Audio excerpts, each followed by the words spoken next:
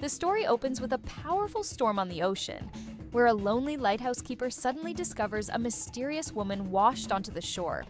At first, she seems completely out of place, but he soon realizes she is not an ordinary human. She is actually a princess from a massive underwater kingdom called Atlantis. Instead of fear, the two slowly build trust, and over time, that quiet meeting turns into something much deeper. Eventually, they create a peaceful life together, and a son named Arthur is born.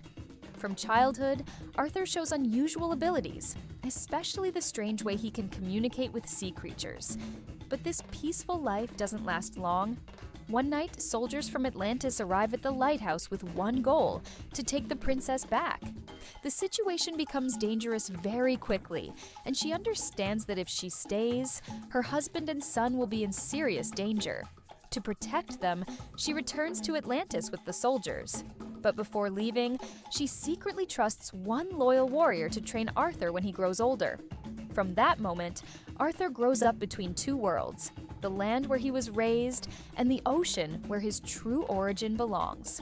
Years later, Arthur becomes incredibly strong and confident, but he still refuses to return to Atlantis because he believes his mother suffered because of that world.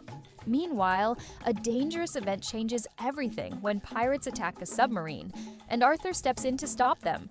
During the fight, the pirate leader loses his life, and his son David witnesses the entire moment. That single scene quietly creates a powerful revenge story that will return later. At the same time, deep underwater, another conflict is slowly building. Arthur's stepbrother Orm is preparing to become the king of Atlantis, and he believes the surface world is destroying the ocean. He starts meeting the rulers of other underwater kingdoms and tries to convince them to support a war against the surface. Some agree, some hesitate, but Orm continues pushing forward because if enough kingdoms support him, he will become Ocean Master, the ruler of all the seas. Meanwhile, the story shifts when Mira secretly travels to the surface. She knows that Arthur is the only person who can stop Orm from gaining full power. At first, Arthur refuses again, but everything changes when a massive wave is sent toward the surface, and his father's life is suddenly in danger. Mira helps protect him, and for the first time, Arthur realizes the situation is far more serious than he thought. From here, he finally agrees to return underwater with her. Soon after this, Arthur meets the warrior who trained him when he was younger, and he learns something extremely important. If he wants to challenge Orm, he must first find the ancient trident, a legendary weapon that gives its owner the right to rule the seas. But before he can even begin that journey, Orm's soldiers capture him and bring him back to Atlantis. Orm blames him for everything that happened to their mother, and instead of backing down, Arthur challenges him directly. The two brothers fight underwater, and this time Orm clearly has the advantage. Just when the situation becomes too dangerous, Mira rescues Arthur and helps him escape. Now, the story turns into a full adventure. Arthur and Mira travel to the Sahara Desert searching for clues about the trident. There, they discover a hidden message that leads them to Italy, where the real coordinates are hidden. But before they can finish their mission, David returns after receiving powerful technology from Orm. Using this new suit, he becomes Black Manta and finally gets his chance to face Arthur again. Their fight in Italy is fast and intense, and although Arthur manages to survive, he is badly injured and more determined than ever to finish the journey. Not long after this, the journey becomes even more dangerous as Arthur and Mira travel deeper into the ocean than ever before.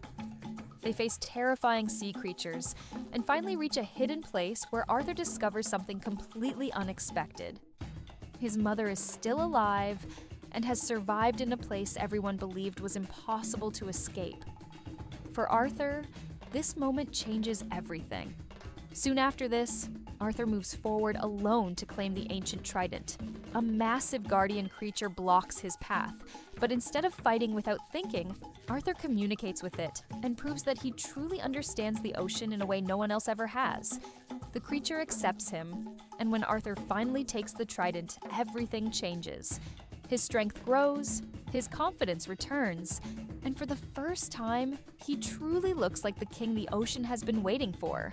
From here, the story builds toward its biggest battle, Orm has already gathered support from multiple underwater kingdoms and declares himself Ocean Master.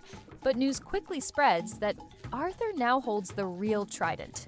The two brothers face each other one final time, and this time, the balance is completely different. Arthur fights with confidence, but instead of destroying Orm, he chooses mercy. At that exact moment, their mother appears, revealing the truth and ending the conflict in a powerful way. With the truth finally revealed and the kingdom seeing Arthur's strength and compassion, Orm accepts defeat and allows himself to be taken away. Arthur is finally recognized as the true king, not just because he holds the trident, but because he proved he could protect both the ocean and the surface world. The story that began with a lonely lighthouse finally ends with a hero who now belongs to both worlds. And here, the movie ends.